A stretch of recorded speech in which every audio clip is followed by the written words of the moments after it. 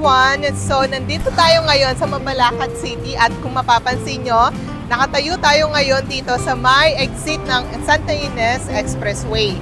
So, sa mga naghahanap ng mga properties dito sa Pampanga na accessible at strategic in location, na mga galing pa ng Manila or Baguio na gusto na accessible at pag-exit nila sa expressway is malapit na yung property. So, watch nyo tong video na to dahil titignan natin yung mga properties or house and lot na malapit lang sa expressway. Okay? Dito naman sa side, mapapansin nyo, going here is actually Clark Airport. So, from here, nasa 5 minutes away lang siya. So, sa mga mahilig mag-travel or gusto nila mauuwian agad na paglapag nila sa Clark Airport is property or house and lot, so check din natin to, okay? So stay tuned lang kayo dahil magbibahi tayo ngayon at i-check yung mga properties.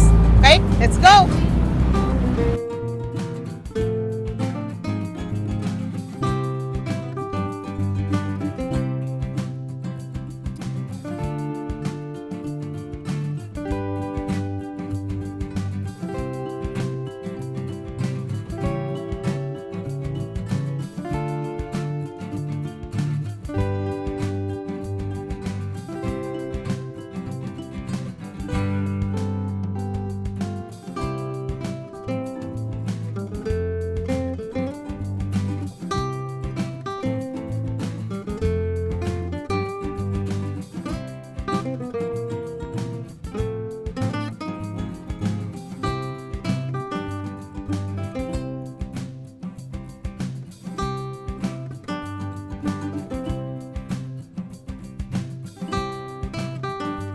Tayo ng NLEX Expressway.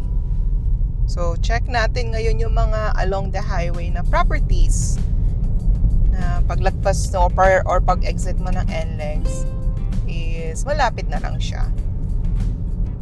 Mapapansin nyo din dito sa highway na to, sa Mabalacat Magalang Road, malawak siya.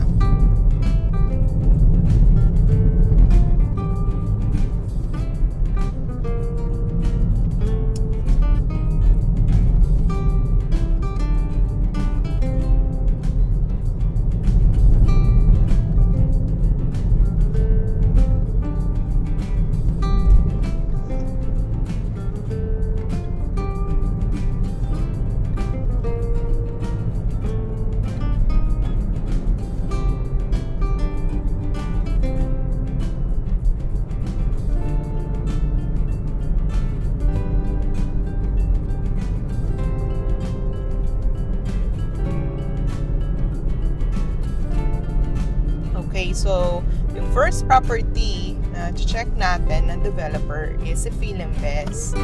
So, dito po siya sa left side. Kilala nyo naman po kung sino po si Philinvest, no? Matagal na siya sa industry. So, ito siya.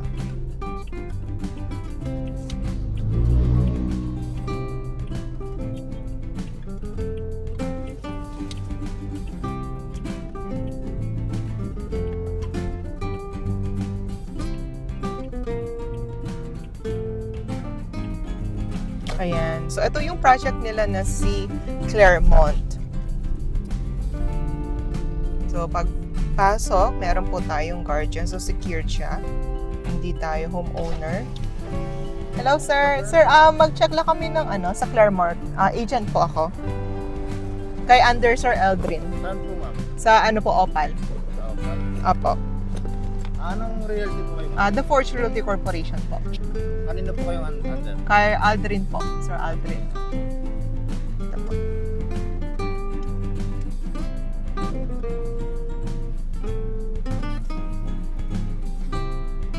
So, ganyan po sila ka-secured. So, kinukuha pa yung ID kung hindi kayo homeowner. Kasi yung mga homeowner dito, meron silang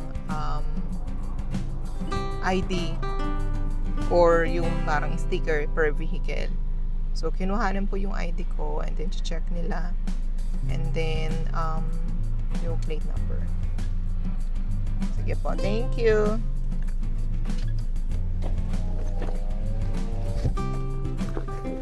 Okay. So, na tayo. Okay, so ang maganda din dito sa Philinvest, no, itong community nila, napakalawak ng mga roads nila. So dito sa right side na makikita nyo, yan po is yung mga naunang community na binenta nila. So dito, per community, so naka-gate sila. So let's say, itong isa na si Claremont or ibang project, usually ito mga house and lot to eh. And lot only, kaya iba-iba yung style ng bahay. So parang per phase, itong phase nila or community, naka-gate siya. So yung mga homeowner lang dito yung makakapasok. Okay? So proceed tayo ngayon sa mga per phase o yung per project nila na gated community. At ipapakita natin mamaya yung mga as of now na available as of December 2025.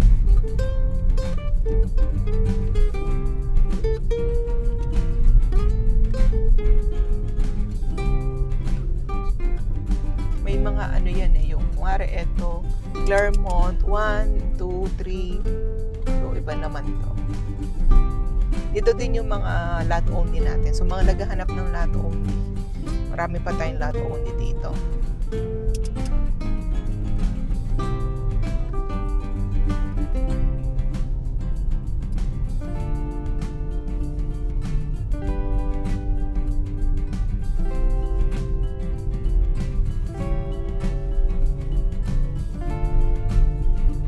Dito naman sa right side na nakikita nyo mga two-story na yan.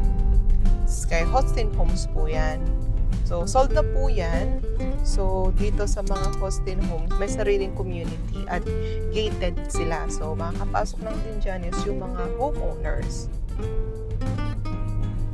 And per gated na project or yung phase nila, may sarili sila mga amenities like mga basketball, clubhouse, swimming pool. Ngayon, eto naman, check natin yung Opal model nila na 2-story na single attached na fully finished na 3-bedroom. So, actually, ito ongoing na siya and marami nang naubos din, no? Pero mapapansin nyo may mga nakatayo na. As of now, hindi pa siya gated, pero i-gate nila yan dyan mismo kung saan nyo nakikita. Hello, sir? Apo, check lang po. Yeah, so sinita po tayo dahil going tayo dito sa Opal. Check nila kung sino yung mga pumapasok sa subdivision. And then, kukonvoy tayo ng card mismo. So, ito yung Opal natin. Dito mismo ilalagay yung gate nila. So, yun, yung guard, i-open niya yung model house para sa atin. So, park tayo dito siguro na.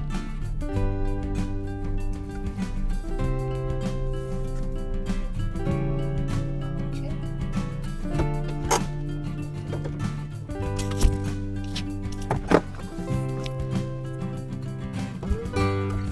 So, hi everyone. So, nakadating na tayo sa Philinvest dito sa my Claremont Opal nila na ongoing na for sale. So, dito yung magiging gate niya. So, may sarili siyang per community. Okay? So, meron na rin tayong mga nakatayo, yung mga naunang na-sold last year. So, marami. Yan, yung banda dito, sa pagpasok mong gate sa right side, yung sold na po lahat yan. So, yung mga available natin is dito din. Near gate lang siya, pero dito siya sa left side. So, ito yung mga model unit. So, check natin siya. Okay, so meron tayong Opal model na single attached. Actually, to be honest, ito na yung affordable na nakita kong single attached dito sa Pampanga na malaki yung lot area. So meron tayong 88 square meter lot area and 54 square meter na floor area. And by the way, fully finished siya. Okay? So, let's go. Check natin siya. Okay. So, papakita ko yung property line natin. So, 88 square meter for single attached. Yung property line natin is dito siya mismo sa may poste. So, pag magpapa-fence and gate kayo, susundan nyo yan. Ang maganda dito, meron pa rin tayong enough space sa harap. for frontage. Dito banda is, pwede pa kayo magpa-landscape or garden, or pwedeng for coffee table, or, tambayan natin dyan. And dito sa side, dito yung mga parking area natin or open space. Since 88 square meter siya, napakalawak, ang dami nyo pang pwedeng gawin dito.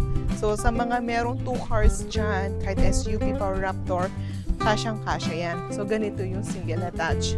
Okay? Or kung isa lang naman yung car nyo or in the future, gusto nyo magpa-expand, let's say kitchen or isa pang room, kayang-kaya pa. And then, meron pa rin kayong 1 car parking. Okay, so check natin siya dito sa back set. So, sa back set, kayang-kaya to ng dirty kitchen natin. So, meron siya pang exit or entrance since may pinto tayo dito. Then, pabubong yun na lang. Bali, ito yung property line natin. Ito mismo. So, ang lawak pa, no? Pwedeng igawin siya ng dirty kitchen. So, dirty kitchen, meron kayong 2 car parking dito, or kung gusto nyo pa magpa-expand ng isa pang room sa baba, pwedeng-pwede. At meron pa rin tayong 1 car parking. So, ganun siya kalawak. Ngayon, check naman natin siya sa loob. Actually, napaka-best-selling nila to, no? So, dami din ng single attach na nakita ko. Ito na talagang affordable. So, okay. So, check natin dito. Pause, mauna ka muna. Mauna ko. Okay. So, pagpasok natin, bubungat agad yung entertainment area or living room. So, wow, napakalawak, no? Tsaka, napaka-spacious niya, as I can see. At the same time, high ceiling po tayo. Yun din yung maganda. So, hindi siya gaano mainit and hindi siya nagmumukha talaga siyang maliit in person. So, dito yung entertainment area natin. We have enough space para sa entertainment. And then, dito naman sa side, so meron tayong window here. So, at least hindi siya madilim. May natural lighting. Okay? And then, yung living area. So, I think kaya pa nga to ng yung malalawak na pa-L type na sofa bed. So, galing, no? Ganda ng space, ang lawak. So, fully finished na, naka-tiles na yan. And then, dito naman tayo sa dining area. So, dining area, dito, I think meron pa tayong malalagay na space dito. Let's say, under the stairs, yung mga cabinet. And then, kaya ng 4-seater na dining. Okay? Dito naman tayo proceed sa kitchen area natin. So, for kitchen area, included na to. So, yeah, gawa siya sa buhos. With cabinet. Naka-faucet na yan. May mga outlet na rin tayo. Hindi lang to included. Itong mga accessories. And then, meron tayong toilet and bath dito. So, check natin yung toilet and bath. Oo, hindi siya masikip. Ayan. So, fully furniture na to. Kasama na kung ano nakikita nyo dito sa toilet and bath. Of course, not included lang itong mga accessories like curtains. Then, meron siyang bintana dito. Okay? Ayun. Dito sa back set. Actually, yung mga ibang homeowner ang ginagawa is nagpapa-expand sila dito. Lalo na yung dirty kitchen. So, ito yung pinakita ko kanina sa labas. Okay. So, tara, akyat tayo sa taas. Check naman natin. Okay. Wow. So, ang maganda din dito sa stairs niya, no? By the way, discuss ko lang ng mabilis. Ito is steel. And yung stairs nila, napakatibay. Imagine, gawa siya sa buhos. So, meron siyang bakal dito sa ilalim. And then, papatungan nila ng buhos. Kaya, hindi siya gawa sa wood or sa kahoy na hindi pang matagalan. So, talaga to pang matagalan. Kahit talon-talon pa, ilang years pa yan, hindi aamagan. Okay? And then, dito, so, wait lang, proceed tayo dito.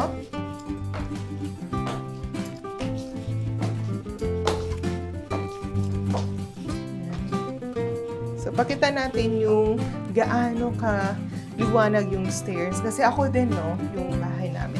Gusto ko talaga yung may natural lighting sa stairs para hindi madilim. So, imagine nyo, tipid sa ilaw. Kaya ganitong oras, so wala tayong naka-on na ilaw. So, maliwanag pa rin. Then, meron pa rin tayong bintana dito. So, napaka-alwalas talaga. Okay? So, dito tayo sa mga bedroom. So, ito yung master bedroom natin. Master bedroom, I think queen size to, no? By the way, hindi included yung mga cabinet natin. So, fully finished lang siya pero hindi kasama yung mga furnitures. So, may queen size tayo, may space, enough space for your closet cabinet. Meron tayong, wow, laki ng bintana nila dito. And, of course, meron siyang sariling toilet and bath.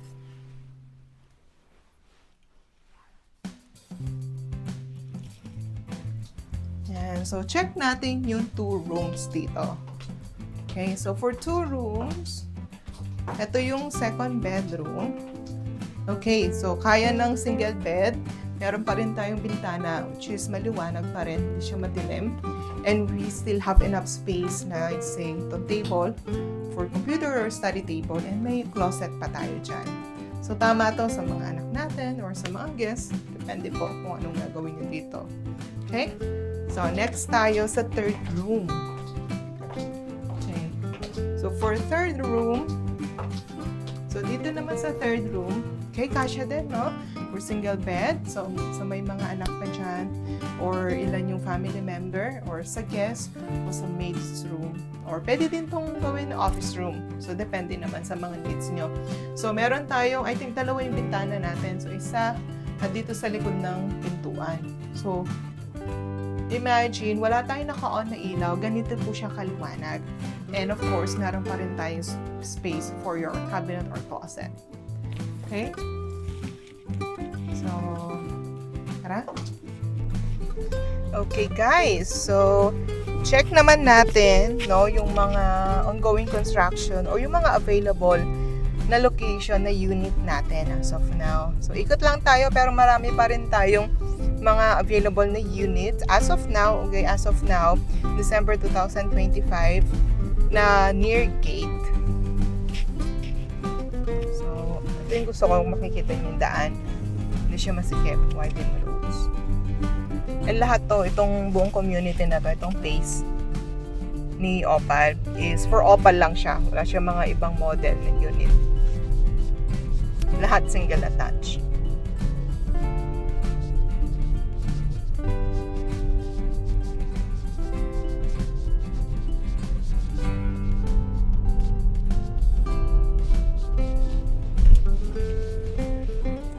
Ito pa yung nagustuhan ko dito kay Philinvest na Opal, no? Kung mapapansin nyo yung construction, hindi siya gawa sa tradition or hollow blocks. Gawa po siya sa buhos. So, ang maganda dito, since gawa po siya sa buhos, mabilis yung pag-construct natin and mas pinatibay po siya. So, sulit po talaga yung magiging investment nyo dito kay Philinvest Clermont. So, ito yung mga ongoing construction. So, may mga available pa po tayo.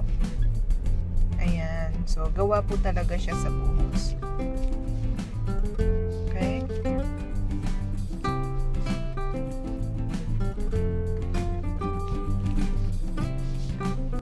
So, sa mga naghahanap pa rin ng properties dito sa Pampanga na accessible yung location, along the highway, magandang community, widened roads, napaka-quiet and peace, and guarded of course, napaka-importante niyan, lalo na sa family natin, no? And affordable na single attached, fully finished, you might consider this. So, ito si Philinvest Clermont.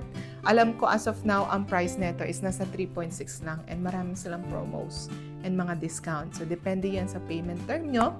So, kung interested ka, you can message me. Andito yung contact number ko or email address. So, message me and then I'll be happy to assist you or to answer any inquiries and to schedule your site viewing kasi iba pa rin pag makikita mo siya in person. Okay? So, again, this is Bel Garcia, your property advisor, the unit manager from the Forge Realty Corporation. I'll see you soon. Bye!